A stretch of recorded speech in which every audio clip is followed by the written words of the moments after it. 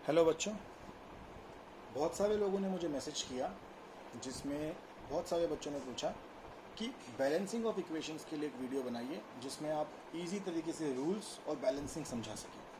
तो आज के इस वीडियो में हम समझेंगे कि बैलेंसिंग ऑफ इक्वेशंस कैसे किया जाता है।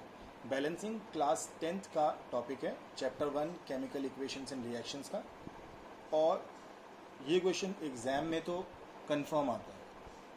तो स्टार्ट करते हैं। सबसे पहले हम समझेंगे रूल्स। तो पहला रूल क्या है? पहला रूल है कि कोई भी जो फॉर्मूला होता है, जैसे H2 है, तो H2 के आगे और पीछे दो नंबर्स हैं, एक नंबर यहाँ और एक नंबर ये नीचे वाला। हमें याद रखना है कि ये नीचे वाले नंबर को हम बिल्कुल भी चेंज नहीं कर सकते। जो ये पीछे वाला नंबर है, इस पीछे वाले नंबर को आप चेंज कर सकते हो। आप चाहो तो इसको 2H2 कर दो, आप चाहो तो इसी को 22H2 कर दो। बट जो ये नीचे वाला नंबर है, इसमें कोई चेंज कभी नहीं आएगा। इसको हम कहते हैं नेचर का रूल, प्रकृति का नियम। दूसरा रूल कहता है कि अगर लिखा है एक बड़ा फॉर्मूला, तो इस बड़े फॉर्मूले में जो भी नंबर चेंज होगा वो यहाँ पे होगा। आप इस नंबर को चेंज नहीं कर सकते, आप यहाँ बीच में कोई नंबर नहीं डाल सकते। आप चाहो तो इसको 2H2O लिख दो या 15H2O लिख दो। आप कोई भी नंबर डाल सकते हो, लेकिन आप स्टार्टिंग में कोई नंबर डालोगे। ये बीच में और यहाँ ऊपर, इन दोनों के बीच में भी आप कोई नंबर नहीं डाल सकते। थर्ड रूल समझते हैं। अगर कोई बड़ा नंबर लिखा है, जैसे कोई बड़ा फॉर्मूला लिखा है MgOH होल ट्वाइस, अब अगर इसमें देखें तो Mg हो गया, फिर OH और OH के बाहर ब्रैकेट लगा है, तब भी हम नंबर सिर्फ यही पहले वाला चेंज कर सकते हैं। ना तो हम Mg के नीचे को चेंज कर सकते हैं, ना इस 2 में कोई चेंज कर सकते हैं। हम लिख सकते हैं इसको 2 MgOH होल ट्वाइस। अब फोर्थ रूल समझते हैं कि ये नंबर मल्टीप्लाई कैसे होते हैं। जैसे अगर लिखा है NaOH और इस NaOH के आगे हमने 3 लिखा, तो इसका क्या मतलब है? इसका मतलब हमारे पास 3 Na है, हमारे पास 3 ही O है और हमारे पास 3 ही H है। जो भी नंबर पहले लिखा हुआ होता है वो नंबर सबके साथ एप्लीकेबल होता है, सबसे मल्टीप्लाई होता है। एक इम्पॉर्टेंट रूल और समझ लेते हैं, फिफ्थ पॉइंट। अगर लिखा है सपोज CaOH होल ट्वाइस और यहाँ पर 4 लिख दिया, इस केस में नंबर मल्टीप्लाई कैसे होंगे ये भी समझ लेते हैं। तो Ca के नीचे कोई नंबर नहीं था तो कुछ नहीं होगा, ये हो गया 4। लेकिन O और H, इनके नीचे अलग अलग नंबर लिखे हुए थे, तो जो भी नंबर लिखे हुए थे, जैसे 4, अब ये 4 जो है ये Ca का भी है, ये 4 O का भी है और ये 4 H का भी है। लेकिन ये 2 सिर्फ O का है और सिर्फ H का है। तो 2 जो ये O था, O के पास एक 2 भी है, H के पास एक 2 भी है और स्टार्टिंग वाला 4 भी है। तो ये 4 और 2 आपस में मल्टीप्लाई होंगे और हमारे पास हो जाएंगे 8 O और 8 ही H। इस रूल का खास ध्यान रखना है, क्योंकि इस रूल से रिलेटेड बहुत सारे क्वेश्चन में एग्ज़ाम में बनती हैं। चलिए कुछ एग्जाम्पल समझ लेते हैं ताकि बैलेंसिंग एकदम क्लियर हो जाए।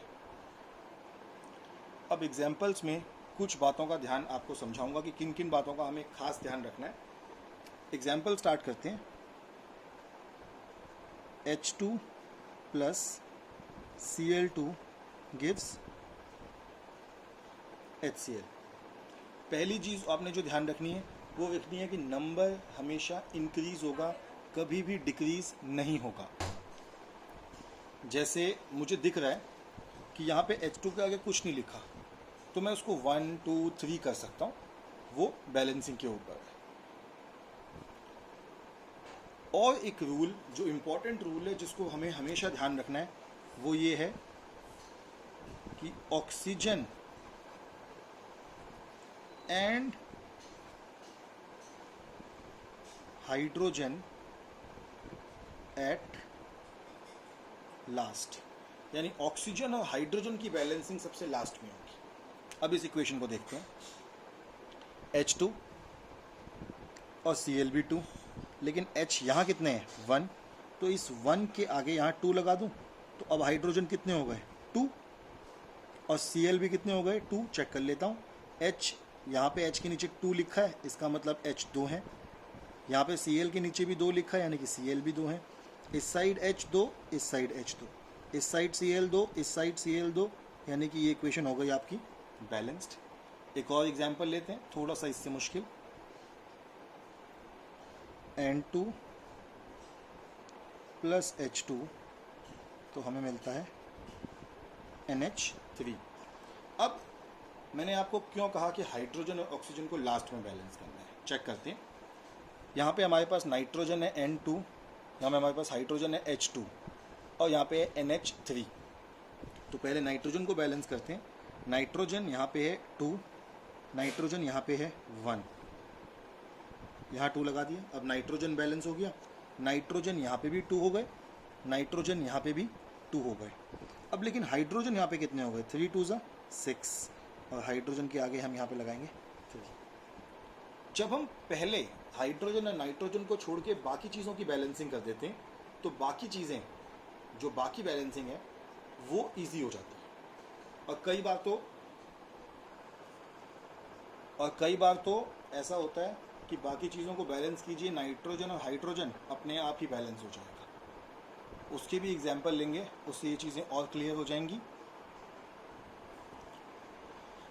तो ये कुछ बैलेंसिंग के क्वेश्चंस मैंने लिख लिए हैं, इनको बैलेंस करके और अच्छे से समझने की कोशिश करते हैं कि बैलेंसिंग किस तरीके से होती है। तो ये क्वेश्चन, कार्बन यहाँ पे 3 है और कार्बन यहाँ पे सिर्फ 1 है, तो हमने यहाँ पे 3 लगा के इसको बैलेंस कर दिया। अब हाइड्रोजन चेक करते हैं। हाइड्रोजन यहाँ पे 8 है और हाइड्रोजन यहाँ पे सिर्फ 2 है, तो 2 के आगे 4 लगाया, 4 2 8। अब ऑक्सीजन चेक करते हैं। ऑक्सीजन हो गई 3 2 6 प्लस 4 2 8, तो 6 प्लस 8 14, और यहाँ पे ऑक्सीजन सिर्फ 2 है, लगाया 7, बैलेंस।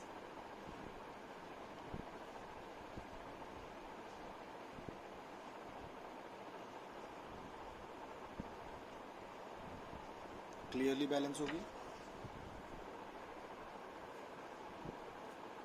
और आगे देखते हैं, H2O2 H2O2। अब यहाँ पे तो H2O2 पूरा एक साथ ही है, तो इसको कैसे बैलेंस किया जाएगा? तो इसको बैलेंस करते हैं, H2 H2 बैलेंस्ड, O2 और O2 और 1 3। तो एक काम करते हैं, यहाँ पे 2 लगा देते हैं। ये 2 मैंने इसलिए लगाया क्योंकि एक साइड इवन और एक साइड ऑड था, उसको चेंज करने के लिए। अब दोबारा चेक करते हैं। हाइड्रोजन हो गए 2 2 4, यहाँ हाइड्रोजन 2, तो यहाँ 2 लगा दिया। अब ऑक्सीजन चेक करते हैं। ऑक्सीजन 2 2 4, ऑक्सीजन 2 यहाँ पे और 2 यहाँ पे, यानी ये इक्वेशन भी बैलेंस्ड। लास्ट की 2 इक्वेशंस थोड़ी बड़ी और थोड़ी मुश्किल वाली हैं, ध्यान से देखेंगे और ध्यान से समझेंगे। Na यहाँ पर 1 और Na यहाँ पर 2, तो यहाँ 2 लगा दिया, Na बैलेंस हो गया। N यहाँ पर 2, N यहाँ पर 2 है, देखिए ये 2 जो इस N के साथ है, तो ये 2 यहाँ पे N है और N यहाँ पर भी 2 है। Pb यहाँ पर 1 और Pb यहाँ पर भी 1। अब बात करते हैं ऑक्सीजन की। ऑक्सीजन यहाँ पे है 3 2 6 और 1 7, और अगर दूसरी साइड देखें तो ऑक्सीजन है 3 2 6 और 1 7, यानी कि बड़ी इक्वेशन इतनी दिख रही थी, लेकिन सिर्फ एक 2 लगाते ही पूरी इक्वेशन बैलेंस हो गई। अब लास्ट क्वेश्चन देखते हैं। Zn यहाँ पर 1 और Zn यहाँ पर 1, S यहाँ पर 1, S यहाँ पर 1, Li यहाँ पर 1 और Li यहाँ पर 2। इस केमिकल इक्वेशन में थोड़ी सी गड़बड़ है, यहाँ पे Li के नीचे 2 आएगा। तो Li यहाँ पर भी 2, Li यहाँ पर भी 2, Zn बैलेंस्ड है, S भी बैलेंस्ड है, Li भी बैलेंस्ड है, C यहाँ पर 1, C यहाँ पर C भी बैलेंस्ड है, O भी बैलेंस्ड है, O4 O4 437 437 सब बैलेंस्ड है। तो कई केमिकल इक्वेशंस ऐसी भी होंगी जिसके अंदर हमें कोई बैलेंस करने की ज़रूरत नहीं पड़ेगी और हम लिख देंगे ऑलरेडी बैलेंस्ड। तो ये हमने कुछ क्वेश्चंस किए थे। वीडियो के नीचे आपको एक लिंक मिलेगा, उस पर क्लिक कीजिएगा और उस लिंक पे क्लिक करके आपको एक वर्कशीट मिलेगी। किसकी? बैलेंसिंग की। उन क्वेश्चंस को प्रैक्टिस कीजिए और balancing topic complete. Thank you.